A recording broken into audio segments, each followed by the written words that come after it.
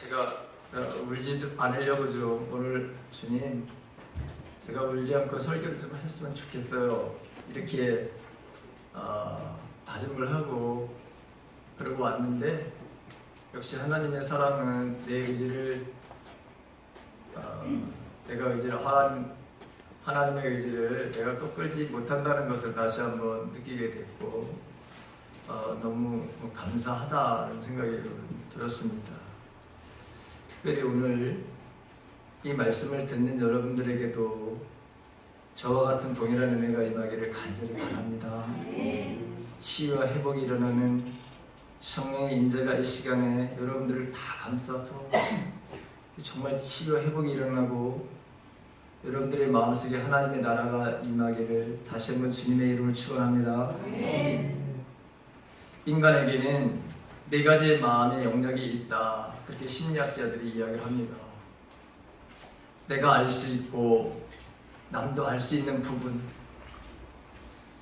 나만이 알고 있고 남들은 모르는 부분, 나는 모르는데 다른 사람은 아는 부분, 나도 모르고 남도 모르는 부분, 인간의 마음에는 이 네 가지가 있다는 것이죠. 그 중에 자신도 모르고 남도 모르는 이 잠재의식의 부분이 인간의 여러분 70% 이상을 차지한다. 잠재의식이 어떤 분은 90% 이상이다 이렇게 말하는 사람들도 있습니다. 저 경우도 보게 되면 한 90% 이상이 된다. 저는 그렇게 개인적으로 생각을 합니다. 이 잠재의식 속에 성격을 형성하게 만든 뿌리가 들어있습니다. 그러므로 잘못된 성격과 마음이 온전히 치료되기 위해서는 이 잠재의식 속에 자리 잡고 있는 상처들의 치료가 필수적입니다.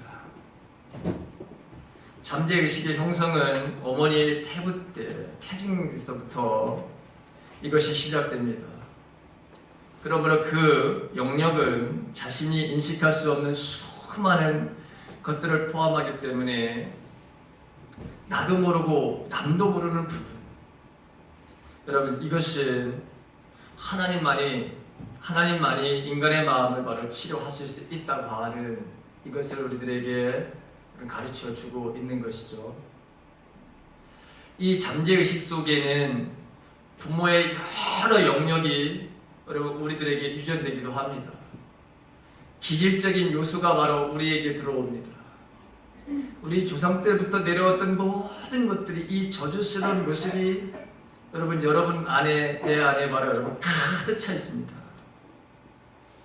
이것을 여러분 더 거슬러 올라가게 되면 인간의 처음 조상인 아담과 하와의 바로 원죄까지 연결되는 것이죠. 인간이 가지고 있는 이 부정적인 잠재의식 속의 문제를 여러 가지 인간적인 방법으로 추론하고 진단을 내렸을지라도 가장 중요한 것은 실제적인 여러분 치료이죠. 내 인생의 과거의 이 문제까지를 치료할 수 있는 이 분은 오직 하나님 한 분뿐입니다. 여러분 상처는 게 도대체 뭘까요? 상처는 쓴뿌리는 오늘 히브리서에 보게 되면 너희는 하나님의 은혜에 이르지 못한 자가 없도록 하고 또 쓴뿌리가 나서 괴롭게 하여 많은 사람이 이로 말미암아 더럽게 되지 않게 하라 이렇게 말하고 있습니다. 하나님의 은혜를 이루지 못하게 하는 것, 이게 바로 여러분 우리의 마음의 상처와 다른 말로 여러분 쓴뿌리라고 하는 것이고, 이 쓴뿌리가 나서 괴롭게 하여 많은 사람들이 이로 말미암아 더럽게 되지 않게 하라. 너희들이 특별히 마음의 상처를 받은 걸 가지고 다른 사람들을 더럽게 하지 말라. 도대체 이 상처는 도대체 무엇이라는 것일까? 이것에 대해서 여러분 많은 사람들이 정리를 하고 저도 참 많은 것을 여러분들이 가르쳤습니다. 상처는 원천적으로 여러분 감정이라고 하는 우리 마음속에 혼의 영역이 바로 여러분 감정에서 바로 일어나는 바로 여러분 것들이죠. 심한 감정에 이 상처를 받았을 때 그것이 해소되지 않고 남아있거나 잘못된 방법으로 처리되면 그것이 상처로 남는 것입니다. 그러므로 기억나는 상처도 있을 수가 있고 기억에 나지 않는 어떤 순간에 감정적으로 터져나오는 이 경우가 상처도 여러분 너무나도 많죠. 그래서 우리의 여러분 감정이라고 하는 우리의 마음이라고 하는 것에는 90%가 우리는 인식하지 못하고 잠재의식 속에 있습니다. 그리고 우리는 의식적으로 여러분 10%를 가지고 우리는 여러분 살아가고 그 잠재의식 속에 감춰져 있던 것이 어떤 계기가 오게 되면은 소위 빨간 단추라고 하는 것이 여러분들에게도 다 있어요. 그걸 누르는 순간에 내가 누르는 순간에 남들이 눌러주는 바로 순간에 여러분들은 폭발을 하고 여러분들 이해할 수 없는 분노의 숫자가 되고 여러분 정말 해서는 안 되는 일들이 이 땅에서 가득하게 바로 여러분 내 삶을 통해서 나타나는 것들을 여러분들은 경험하게 될 것입니다. 현재 있지 않은 것을 또 미리 상상해서 분노도 하게 되고 염려도 하게 되고요. 때로는 부적절한 감정을 보이고 내 자신이 내가 왜 이럴까 하면서 수치감과 죄책감에 여러분 빠지고 어찌할 바를 모르는 내 모습을 여러분 발견했다가 참으로 많습니다. 제 모습이 바로 그런 모습이었습니다. 상처라는 것이 감정에 국한된 것이라고는 하지만 인간은 여러분 종합적인 통전적인 존재라고 했어요.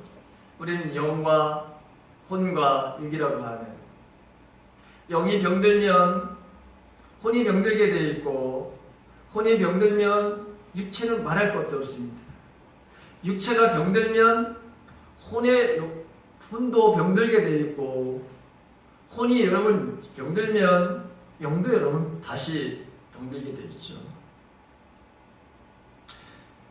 그래서 이 상처가 인간의 전 존재에 심각한 장애로 영향을 끼치게 되는 것입니다. 이 상처들이 우리의 내면에 있을 때, 즉 잠재의식 속에 여러분 깔아앉아 있을 때 여러 가지 장애들을 바로 일으킵니다. 특히 관계에 있어서 어려움을 바로 여러분 갖게 되는 것이죠.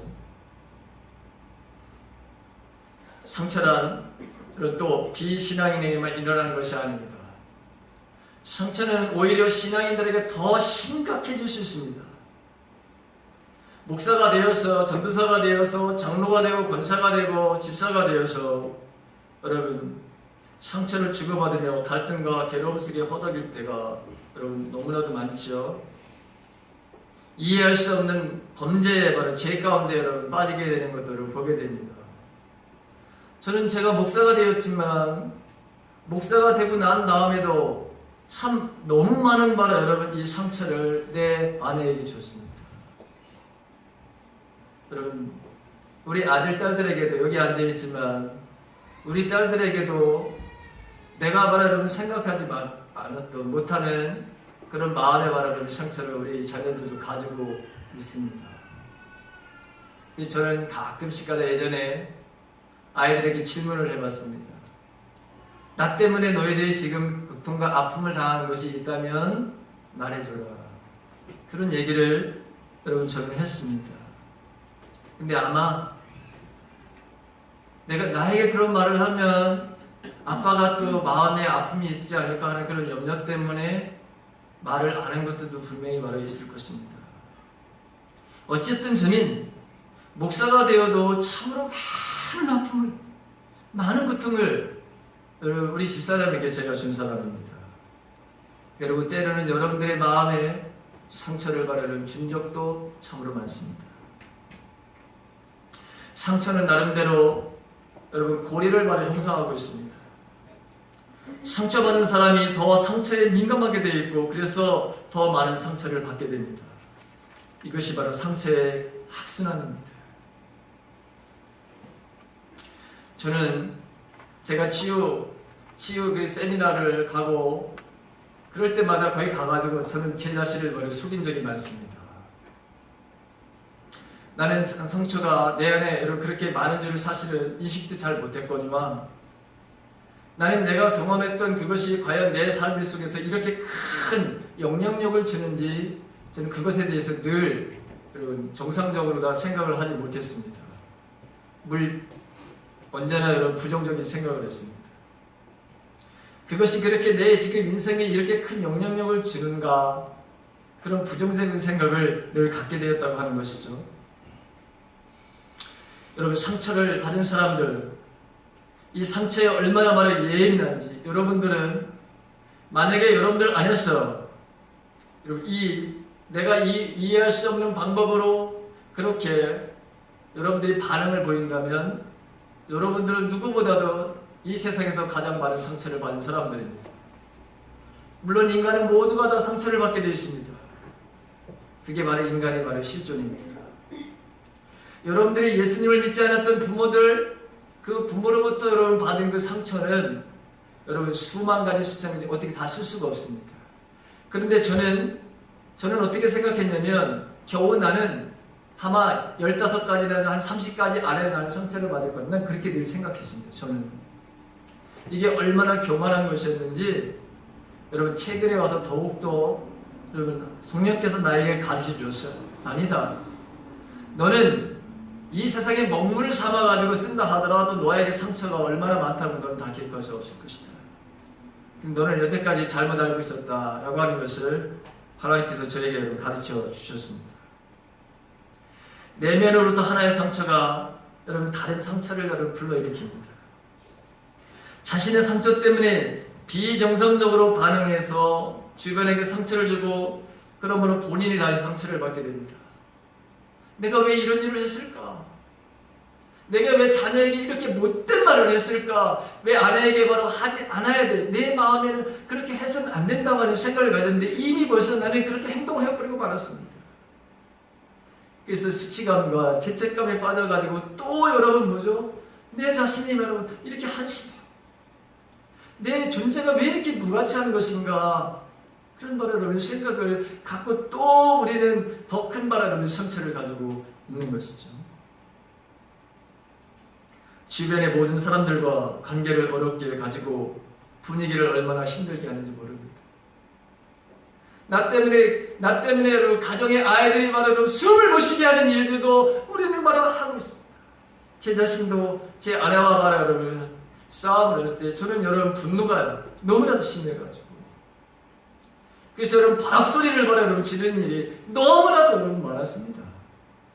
우리 아이들은 그런 모습을 보면서 도대체 저 부모님들은 왜 저럴까 하는 그런 바람이 특히 저에 대해서 많은 아이들이 마음의 여러분 참 이상하다라고 하는 내 마음의 바로 상처를 받고 그 분위기가 너무나도 싫어서 아이들은 그만했으면 좋겠어요 라고 하는 그런 말을 내가 들으면서도 그래 맞다라고 하는 생각을 내가 분명히 내 생각으로는 의식으로 다가 기억을 내가 하고 있고 그래 해서는 안 된다고 하는데도 이미 나는 바로 그것을 넘어서가지고 분노를 내는 내 모습을 바로 볼 때가 참으로 많았습니다. 상처란 하나의 바라는 강력한 바라는 파워를 가지고 있는 바로 세력입니다.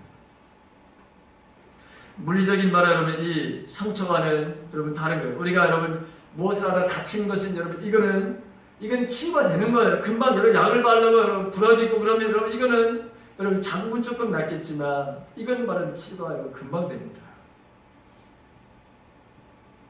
그러나 내면에 바라는 받은 이 상처 이것은 바라는 치유받았다고 해서 완전하게 바라는 해결되는 것도 사실은 아닙니다. 언제나 여러분 자국은 남겨져 있고요.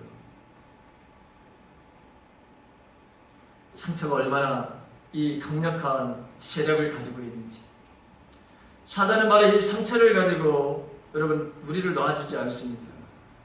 그 상처를 더욱더 크게 확대하게 만들고 결국에는 우리 자신들을 다 여러분 망가뜨릴 뿐만 아니라 가족을 다 여러분 파괴시키는 여러분 모든 가정들을 다 여러분 파괴시키는 것이 이것이 사단이 말하는 일들입니다. 상처의 종류에는 참으로 많습니다. 여러분들 혹시 이 아픈 마음에 바라는 증상들 가운데 거절감이라고 버림받았다고 하는 이 마음 이 거절감은 모든 상처에 바라는 출발점입니다. 거절받을 것에 대한 두려움 속에서 여러분 살아가는 사람들이 너무나도 많습니다. 이 안에도 여러분 마찬가지입니다. 사람과의 온전한 관계를 바라는 갖지 못하고 삶이 점점 더 폐쇄적으로 되어져 가는 사람들이 의외로 많습니다. 또 결핍입니다. 굶주림입니다. 무언가 바로 여러분 집착하게 되어 있습니다. 일이라든가 사람이라든가 아니면 물건이라든가 쾌락이라든가 뭔가 여러분 다 집착하게 되어 있습니다. 남에게 인정받으려고 지나치게 여러분 애를 쓰는 그런 모습들도 여러분들 보게 됩니다. 사람을 바로 독점하려고 결국엔 관계를 바로 망가뜨립니다. 내가 이 사람의 바로 사랑을 받고 아내의 사랑을 받고 남편의 사랑을 받으려고 하는데도 여러분 뭐죠? 그 독점이 오히려 더 큰 아픔과 상처를 바로 가져다 주게 되는 것을 여러분들은 경험하게 될 것입니다. 그리고 분노가 왜 이렇게 여러분 일어나는지 저는 제가 기차 핫통을 삶아먹은 사람인 줄 알았습니다. 도대체 왜 나는 왜 이럴까? 나는 왜 이럴까? 이 분노가 여러분 얼마나 내 안에서 여러분 이게 크게 바로 여러분 작용을 하는지 그래 모든 것에 대해 여러분 약간의 부정적인 생각을 갖습니다. 여러분 비판적인 비난의 바로 여러분 그런 것들이 얼마나 바로 내 삶 속에 여러분 많이 일어나는지를 저는 압니다. 그래서 제가 여러분 굉장히 예민하게 바로 여러분 반응하는 것이 여러분 이 세상에 돌아가는 일에 대한 그리고 여러분 내가 정의감이 얼마나 내가 이게 근데 그 정의감은 항상 뭘 나타내느냐 비난과 정죄로 바로 여러분 나타나는 제 모습을 너무나도 여러분 많이 봤습니다. 화가 나면 바로 여러분 짜증이 나지 이유 없이 바로 여러분 화가 나기도 하고 화가 한 번 나면 바로 여러분 통제가 되지 않고 아이들이 멈추라고 하더라도 여러분 눈치지를 못합니다. 또 속으로 화를 얻어품으로 불안감이 바로 여러분 늘 내게 느껴지게 됩니다. 그 다음에 여러분 두려움이라고 하는 거예요. 이 두려움은 바로 여러분 이 우상숭배에 여러분 빠지게 되는데 왜 그렇죠? 바로 이 우상숭배에 빠질 수밖에 없는 게 집착을 하게 되니까 여러분 하나님보다도 더 우리가 더 세상적으로 의존하는 것이 너무나도 여러분 저와 여러분들에게 많습니다. 오늘 우리는 주일이기 때문에 여기 와서 예배를 드리죠. 여러분들 중에서도 우선순위가 되지 않아가지고 하나님보다도 더 세상 일에 여러분 얼마나 관심을 많이 가지고 있는지 예수님을 믿는다면서도 여러분 우상숭배에 빠져있는 사람이 지금 기독교인 중에서 여러분 90% 이상은 다 여러분 우상숭배자들입니다. 오늘날 여러분들이나 저나 오늘 여러분 말씀을 잘 기울이시고 내가 우선순위가 하나님이 아니고 항상 그것이 흔들리는 바로 여러분 삶을 사는 사람이었다면 여러분들은 다 여기 앉아있지만 다 우상숭배자입니다. 그래서 주님은 우리들에게 너희는 먼저 그의 나라와 그의 의를 구하라. 세상의 모든 사람들은 다 무엇을 먹을까, 무엇을 마실까, 무엇을 입을까 그것이 여러분 목적이 되고 있다. 그게 바로 빠지게 되는 바로 그래서 다 여러분 빠지게 되는 것이죠. 여러분들 혹시 나는 잠이 많아가지고 나는 잠을 많이 자야 되겠다는 사람 그 사람들은 우상에 빠진 사람들입니다. 네 그렇죠. 자꾸 자기 자신을 뭐예요? 자기 자신을 바로 나는 연약해서 어쩔 수 없다. 내가 이런 것을 물론 여러분 육체적으로 다 정말 병들어가지고 여러분 침대에 누워있을 수밖에 없는 사람들이 있습니다. 그런 사람들을 말하는 거 아닙니다. 근데 나는 계속해서 여러분 나오지 않으려고 여러분 일부 속에서 여러분 들어가고 나의 게으름과 나의 바로 여러분 나태함 이런 것들은 모두가 다 바로 뭐죠? 사실은 우상숭배입니다. 하나님의 말씀에 바로 거역하는 바로 삶을 살아가고 근데 그런 모든 것들은 어디서 오는 것이냐? 바로 여러분 상처로부터 여러분 오는 것이라고 하는 것이죠. 새로운 것에 대한 거부감 불안감이 바로 여러분 생기죠. 저도 여러분 제 마음속에 나는 왜 이렇게 두려움이 많은가? 나는 여러분 저는 이해할 수가 없었어요. 저는 새로운 것에 대한 흥미는 있지만 근데 막상 그것을 바로 하려고 하면 먼저 여러분 두려움이 바로 저에게 있습니다. 저는 초등학교 때서부터 중학교 때까지 제가 모르는 바로 여러분 질문을 해야 되는데 선생님에게 질문을 했는데 단 한 번도 질문한 적이 없습니다. 왜 질문을 하지 못했느냐? 저는 만약에 질문을 하려고 하는 그 순간 마음을 갖는 순간서부터 제 심장이 여러분 뛰기 시작을 합니다. 얼굴이 바로 빨갛게 되고 그 다음에 여러분 땀이 나기 시작을 하는 거예요. 온몸에 땀이 나는 거예요. 그래서 여러분 제가 지금 이렇게 서 있지만 아니 정말 목사님이 그랬나요? 정말 그랬습니다. 저는 이상하게만큼 왜 이렇게 두려움이 많은 것일까? 여러분 도대체 이해가 되더라고요.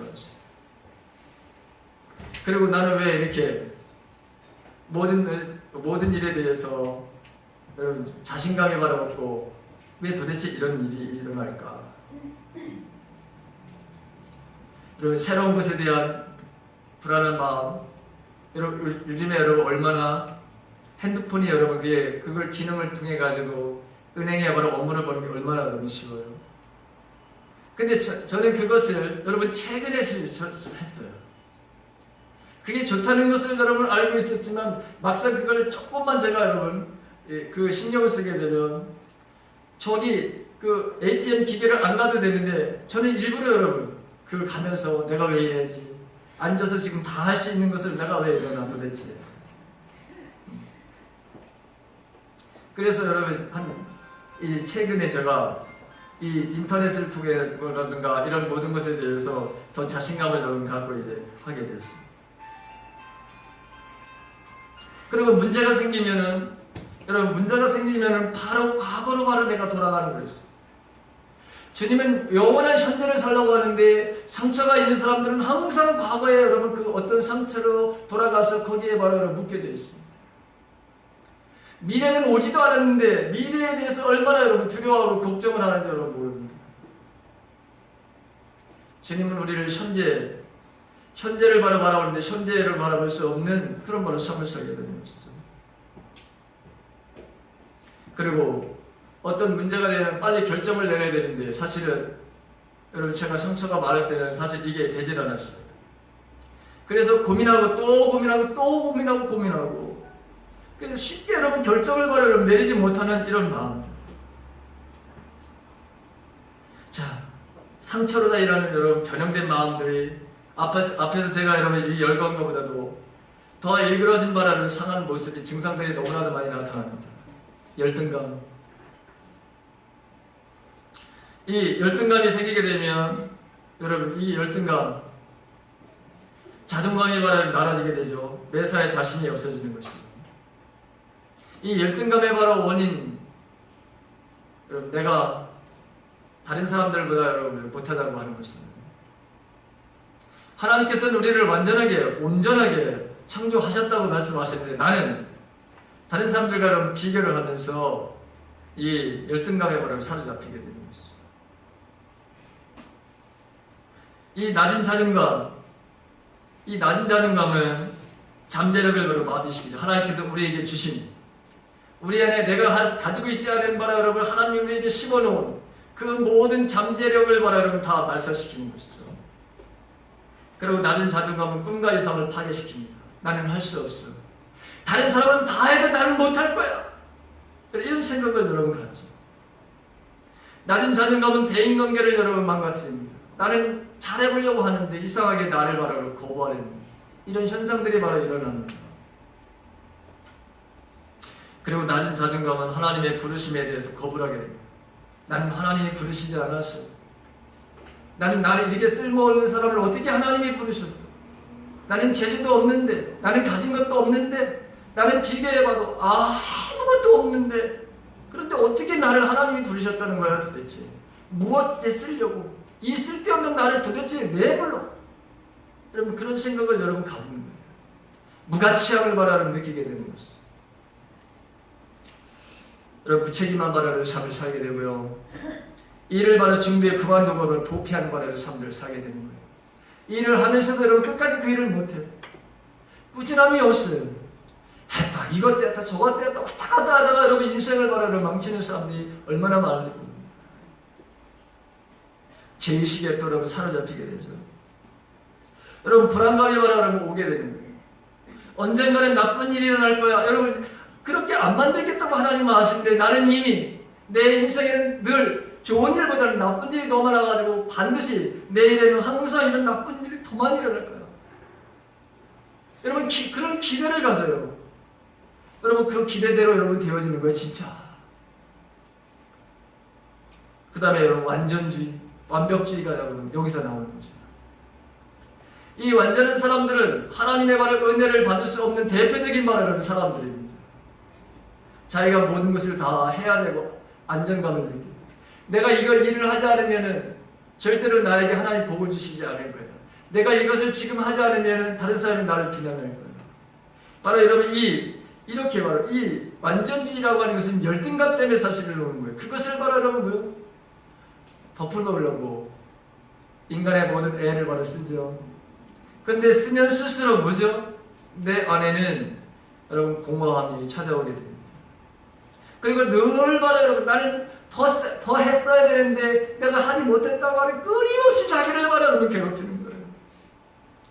자기만 괴롭히면 다행인데 이 완벽주의자들은 여러분 모든 다른 사람들을 다 괴롭혀요.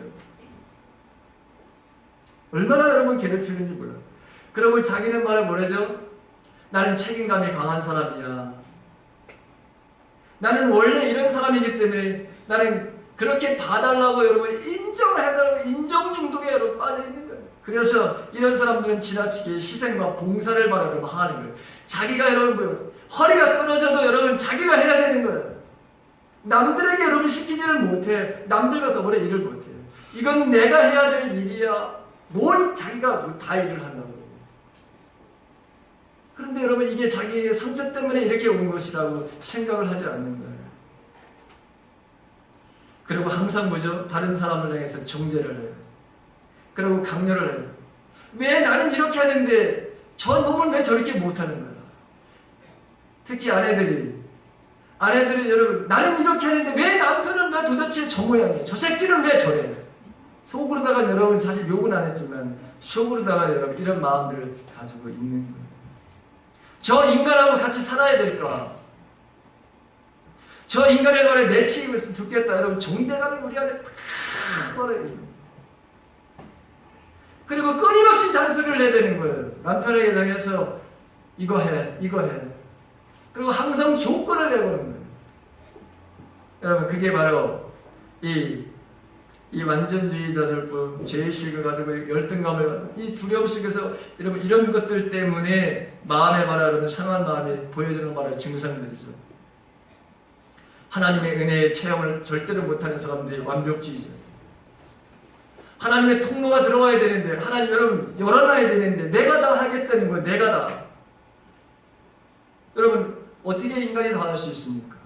그러니까 항상 불안한 거예요. 잠을 제대로 못 자는 거예요. 했어야 되는데 안 했기 때문에 하나님 나에게 은혜를 주시지 않을 거야. 어떻게 여러분 하나님의 은혜가 들어오나요? 어떻게 여러분 통로를 통해서 하나님의 은혜가 여러분 들어올 수 있나요? 자기가 이미 다 막아놓고 들어올 수가 없습니다. 이 완벽주의자들은 그래서 여러분 신앙이 가장 없는 사람들입니다. 하나님의 은혜의 통로를 다 막아놓은 사람들. 상처의 원인들은 너무나도 많죠. 여러분 이 가정에 바로 내려오는 이 상처와 아픔들 이제 제 얘기를 바로 여러분 하도록 하겠습니다. 저는 굉장히 여러분 두려움이 많았던 사람이 말했죠. 그리고 어깨가 여러분 너무나도 여러분 아팠어요. 저녁 때가 되면 여러분 정말 견딜 수가 없어가지고 팔이 못 쫄뚝 정도다가 여러분 그렇게 아팠어요. 그리고 한때 정말 회전근 파열이 돼가지고 여러분 이걸 올릴 수도 없는 상태까지 여러분 간 적이 있었습니다. 나는 왜 이렇게 분노의 사람인가? 나는 왜 오늘 아이들이 국을 여러분이 끓여놨어요. 배추국을 끓였어요. 근데 여러분 그것을 보면 나는 왜 국을 좋아할까? 나는 왜 국물을 좋아할까? 그 모든 것들에 대해서 하나님께서 하나씩 저에게 가르쳐 주신 적이 있습니다. 왜 그럴까요? 제가 하나님 앞에 여러분 요새 기도를 좀 하는데 22일날 주일날 새벽에 하나님께서 저에게 저를 깨우시더라고요. 똑바로 앉아봐라. 내가 너한테 할 말이 있다. 근데 새벽 4시 30분에 주일날 아침에 너 왜 이렇게 분노가 있고 내가 왜 그렇게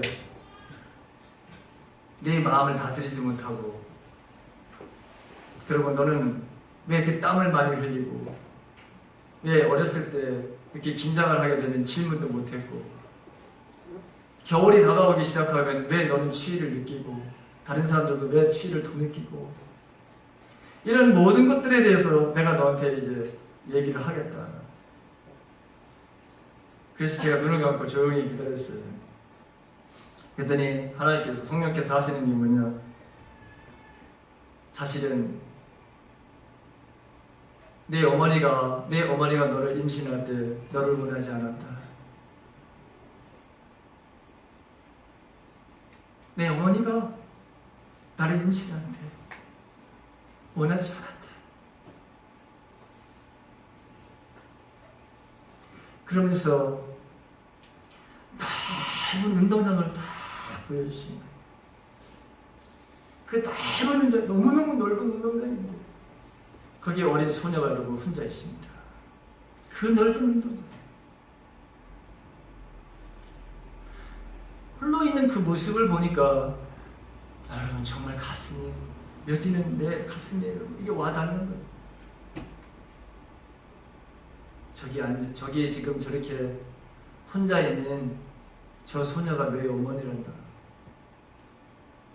그러더니 갑자기 비행기가, 폭격기가 저희 어머니가 있는 그 운동장, 그 혼자 있는 운동장 너무나도 낮게 봐라 여러분. 그 폭격기가 지나가요. 혼자서 지금 쓸쓸하게 외롭게 있는 바라 여러분. 근데 혼자 있는데 그 막막한 가운데 여러분 비행기 폭격기가 여러분 그리 지나가니 이 바로 어린 소녀가 어쩔 줄 몰라가지고 두려워 어쩔 줄 몰라 하는 그 모습들을 여러분 보여주면서 저게 내 어머니란다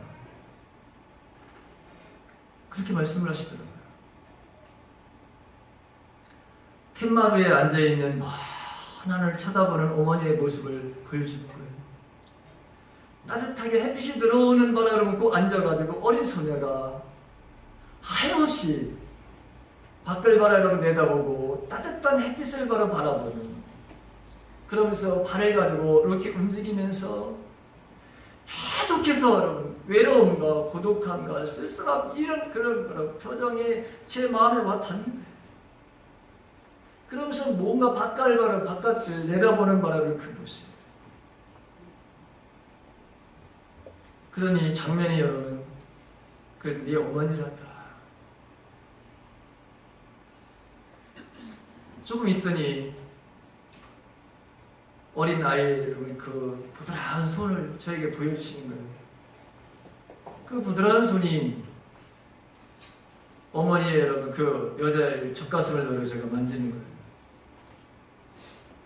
끊임없이 이 아이는 바라 여러분 그 부드러운 손을 가지고 엄마의 바라 여러분 젖을 바라 여러분 만집니다. 근데 갑자기 여러분 이 저 가슴이 까맣게 변하기 시작합니다. 근데 이 아이는 그래도 까맣게 변한 그 바라 여러분 젖무덤을 계속해서 그 젖무덤을 여러분 만집니다. 이 손이 누구 손인지 아냐? 이게 바로 너다. 그리고 너의 어머니의 바로 젖가슴은 이미 너를 줄 수 있는 것이 아무것도 없었다. 어머니가 나를 여러분 거부하는 그 모습을 이분은 줘야 되는데 주지 못하는 것에 대한 여러분 이 아픔. 저희 어머니가 16살에 시집을 옵니다. 여러분 제출해가지고 아버지가 돌아가서 우리 어머니는 아버지를 모릅니다. 어떻게 생겼는지도 모릅니다. 근데 어머니가 재혼을 하는 바람에 여러분 저희 아버지한테 시집을 온 거예요. 얼마나 여러분 외롭게 자랐겠어요. 그런데 저희 아버지는 여러분 지금 집에 여러분 늘 계시지 않았습니다. 학교를 다니는 군대 생활하고 여러분 저희 가족이 제가 6번째인데 어머니는 여러분 시집을 와가지고 이 아이들을 바라보고 지금 5을 낳았습니다. 5을 낳았는데 그 5을 어떻게 기를까에 대한 여러분 두려움, 이 걱정, 불안한 이 마음들.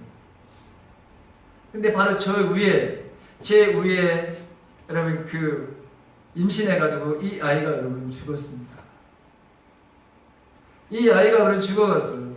그리고 어머니는 죄책감을 가지고 있는 거예요. 임신을 원하지 않았는데 임신이 됐는데 그 아이가 죽었으니 얼마나 마음에 바로 아픔과 상처를 가지고 있어요. 근데 여러분 제가 들어쓴 거예요. 제가 들어쓴 거예요. 그러니 이 어머니는 원하지 않는 임신을 했을 뿐만 아니라 이 아이가 정말 이 죽으면 또 어떡하나, 내 뱃속에서 말이고 내가 죽으면 이 아이가 죽으면 어떡하나 라고 하는 여러분 두려움과 근심의 발을 써야 되는 거죠. 그리고 내가 얘한테 줄 수 있는 게 아무것도 없는데 얘가 만약에 태어난다면 도대체 어떻게 해야 되느냐. 저희 아버지는 여러분 부존재야. 아버지는 분명히 계셨지만 아이 낳았을 때 우리 형들 누나 낳았고 그랬을 때 큰형님 낳았을 때도 우리 아버지는 계시지 않았습니다. 언제나 여러분 부재중인. 근데 그 어린 나이에 18살에 여러분 저희 어머니가 아들을 낳았어요.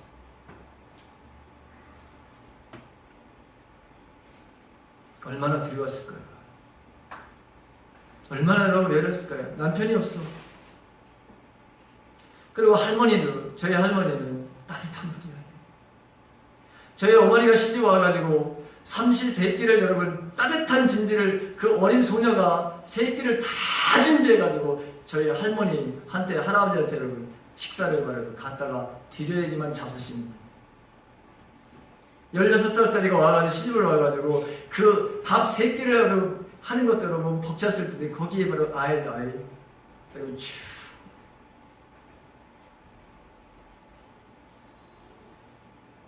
이 3살 난 아이, 3살이 아니라 이 조그만 아이 계속해서 어머니의 바로 여러분 그 집착을 하게 되는 것이에요.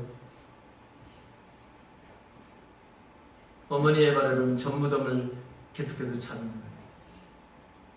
제가 나중에 여러분 들은 것이지만 어머니는 저에게 여러분 젖을 주지 못했습니다. 이미 5명이 바로 여러분 나와서 아이를 기르고 있고 너무나도 일이라든가 두려움과 이런 것 때문에 여러분 모든 젖이 다 말라버렸어요. 하나님 그럼 어떻게 날 키웠냐? 이웃에 어떤 사람이 여러분 양을 기르었어요. 양. 그래서 여러분 그 양 젖을 여러분 먹고 내가 살았어요. 하나님 그렇게 얘기해 주셔서 저를 기르셨어요. 그리고 제 동생 밑으로다가 여러분죠. 내가 양젖을 봐라 여러분. 내가 지금 현상 속에 양젖을 병에 들고 가서 여러분 그 양젖을 받아오는 걸 하나님 보여주시는 거예요. 네가 이렇게 했었지. 나는 어렴풋이 그랬었나라고 했는데 그날 아침에 네가 했었어. 그 모든 것들을 다 하나님 여러분 보여주시는 거예요. 성령 하나님께서 다 보여주시는 거예요. 그러면서 또 한 가지는 뭐냐, 우리 동네 가운데 우물이 하나 있어요. 공동 우물.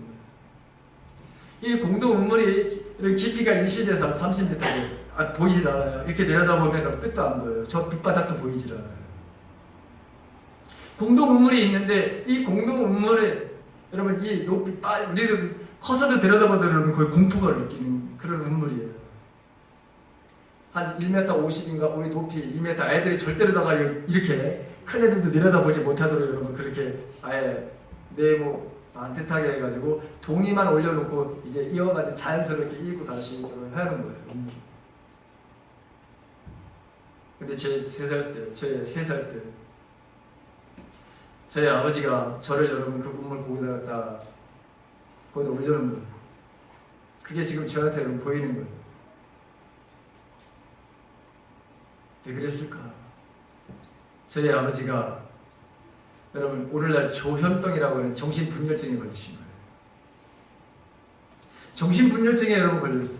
저희 아버지가 세상말로 여러분 미치신 거예요. 근데 3살짜리가 지금 그 밑에 까마득게 여러분 바닥도 보이지 않는 바람에 그 3살짜리가 그걸 여러분 내려다보고 있어요. 얼마나 여러분 무서운지, 얼마나 여러분 이 공포가 오는지. 제가 주님께 물어봅니다. 주님, 왜 그럼 우리 아버지는 왜 정신분열증에 걸렸나요? 저희 할머니가 따뜻한 분이가지고 저희 할아버지도 마찬가지로 일자 여러분들 기억 난 놓고 기억자도 모르시는 분들이